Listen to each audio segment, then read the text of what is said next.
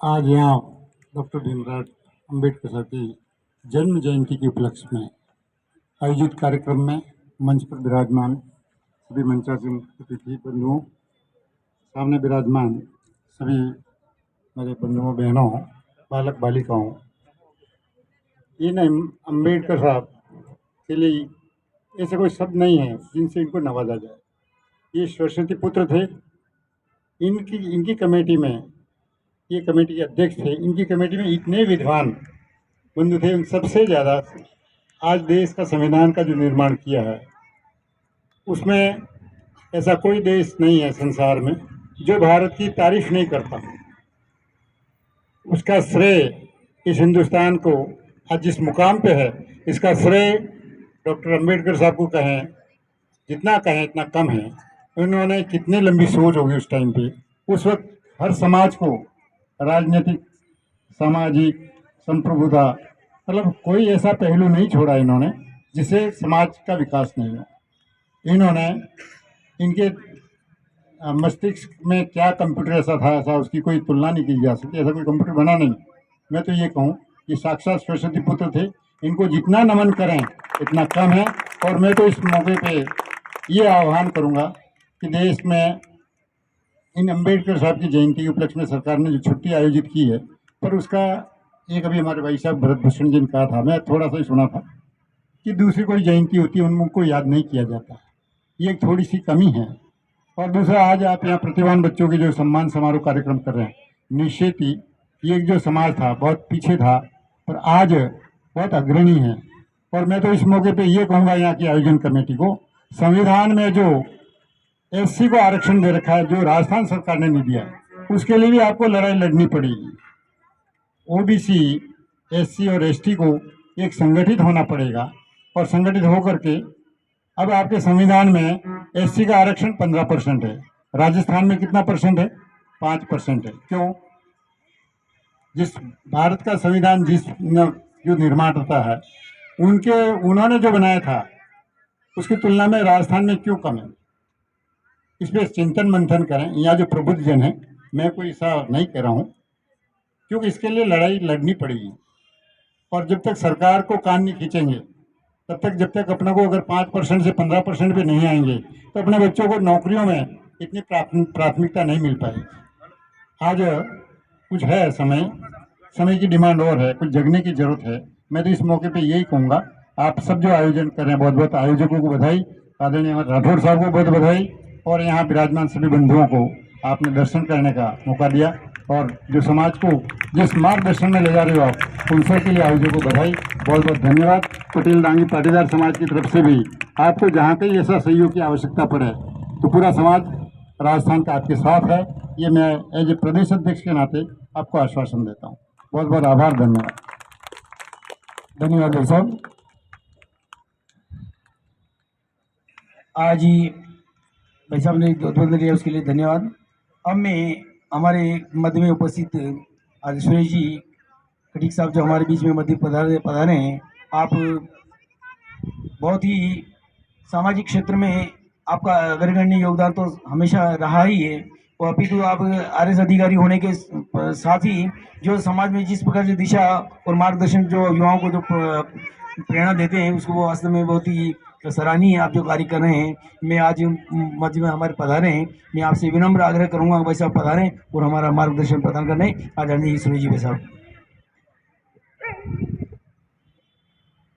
सर्वप्रथम बाबा साहब अम्बेडकर के श्री चरणों में नमन करता हूँ।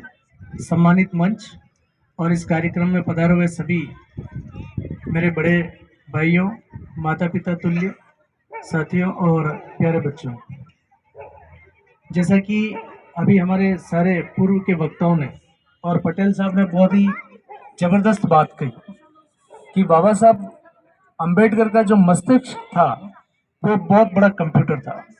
उन जैसा मस्तिष्क, उन जैसा कंप्यूटर इस दुनिया में वापस तैयार नहीं हुआ।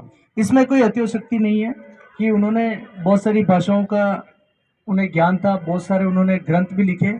हम ज़्यादातर लोग जानते हैं कि बाबा साहब अम्बेडकर ने संविधान लिखा भारत का, जबकि उन्होंने द प्रॉब्लम ऑफ रूपी एक किताब लिखी थी अर्थशास्त्र के ऊपर, और अर्थशास्त्र के वो बहुत बड़े प्रकांड पंडित थे, जिन्हें अमर्त्य सेन, जो आप जानते हो कि जिन्हें इकोनॉमिक्स का नोबेल पुरस्कार मिला था, उन्होंने कहा था कि मेरे इकोनॉमिक्स का जो पितामह है, मेरा जो इकोनॉमिक्स का गॉड है, वो बाबा साहब अम्बेडकर है। तो ये सारी चीज़ें इंगित करती है कि बाबा साहब अम्बेडकर बहुत ही विद्वान व्यक्ति थे और इसी की बदौलत संविधान के निर्माण में उनका सबसे बड़ा योगदान था। बाबा साहब अम्बेडकर को अगर हम जानना चाहें, समझना चाहें, तो इससे हमें बहुत सारे जो पूर्वाग्रह है और हमारा जो अधूरा ज्ञान है, हम कई महापुरुषों के बारे में थोड़ी थोड़ी अपने को उनकी जानकारी होती है और हम उस पर बातचीत करना प्रारंभ कर देते हैं। इससे भी अर्थ का अनर्थ निकल जाता है, कई बातों का सत्यानाश हो जाता है जो समाज में और देश में किस तरीके की विसंगति पैदा करते हैं। तो हमें हमेशा पूर्वाग्रह से मुक्त रहना चाहिए। कभी भी किसी भी महापुरुष के बारे में हम पढ़ें, चिंतन करें, मनन करें, उनको समझें, तो उससे मुक्त होना चाहिए और उनके बारे में पूरा ज्ञान होना चाहिए।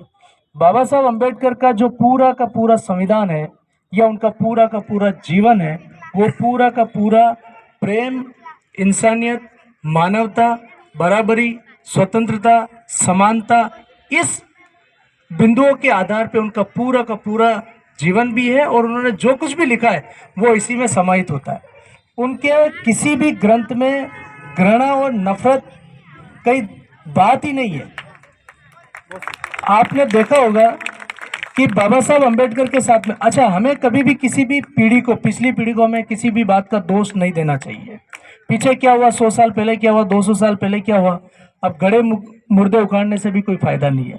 अब हमें आगे की राह पकड़नी है कि हमें आगे कैसे ठीक करना है, कैसे इस देश को आगे बढ़ाना है, कैसे इस देश के लोगों को साथ में लेके चलना है। इन चीज़ों पे चिंतन करना और बातचीत करना ज़्यादा ज़रूरी है।